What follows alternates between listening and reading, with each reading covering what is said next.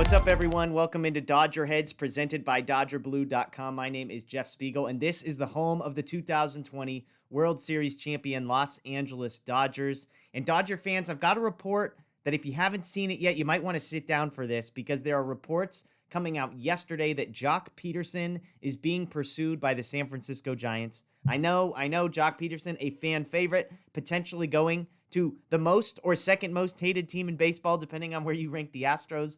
There is not something Dodger fans want to hear, but here's a couple things to consider. First of all, Joc Pederson is from the Bay Area. Second of all, there are some Dodger connections. Farhan Zaidi is the general manager over there. Gabe Kapler is the manager, both guys who came from the Dodgers. But most importantly, Joc Pederson is looking for work, okay? It's one thing if you're talking about a guy who is under contract demanding a trade to a team like the Giants, but Joc Pederson's got to get a job somewhere, and by all accounts, it's not going to be the Dodgers. There have been reports the Braves are interested, possibly a platoon that they could work out with Adam Duvall to have Joc Pederson as the left-handed side of that. But for the Dodgers, it seems pretty clear that Joc Pederson is not part of their plans. I talked to Pedro Mora the other day of The Athletic. If you missed that interview, make sure to go check it out. But he was clear in saying teams are operating as if there will be no designated hitter in 2021, and that's not great for a guy like Joc Pederson. It's not great for a guy whose defense is average. I mean, he's better than Marcell Ozuna, but he's not great out there.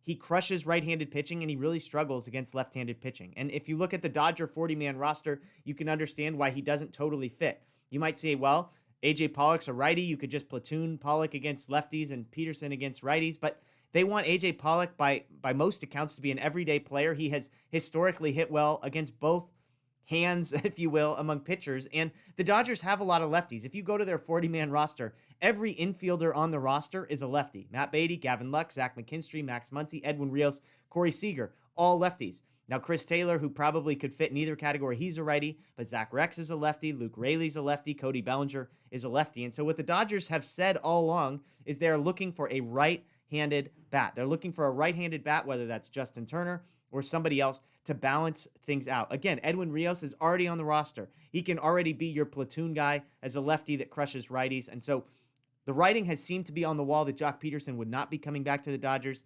I think some people have held out hope. Hey, maybe if it waits long enough, the price comes down. Maybe he signs a one-year deal. Daniel and I have talked about that. But with other teams sniffing around, it sure seems like the Dodgers have let Joc know, hey, you know what? There's just not a fit. We want to get some of these other guys, Edwin Rios, Zach McKinstry, etc. We want to get those guys at bats, and maybe they don't view the drop-off between Joc Pederson and them to be that great. Of course, we've seen what Joc did in the postseason, some huge home runs, consistently clutch, the moment never too big for him.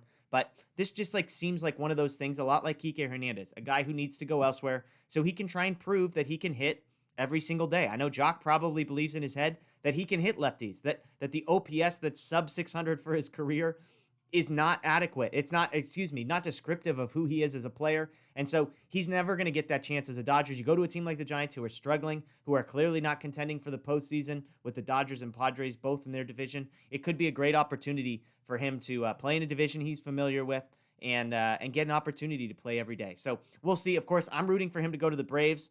On one hand, although the flip side of that is the Braves are one of the better teams in the National League, I'm not sure I want to see Joc Pederson in the NLCS or in the NLDS next year. So maybe going to the Giants isn't the worst thing. You have to see him a lot more, but he does get to go home, and he's not necessarily competing against you for the division. So what do you think? Joc Pederson, do you want him back? Do you see a place where he fits on the Dodgers? Let us know in the comment section below. And then where would you like to see him go? Do you want him to go to a contender like the Braves just so that he's not a Giant?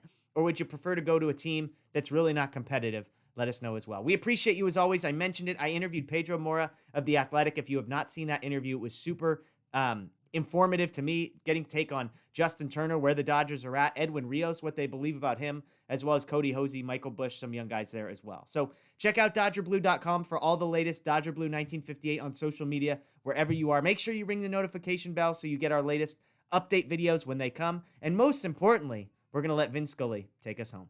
The best team holding a trophy high in the air. The Los Angeles Dodgers, champions of the baseball world.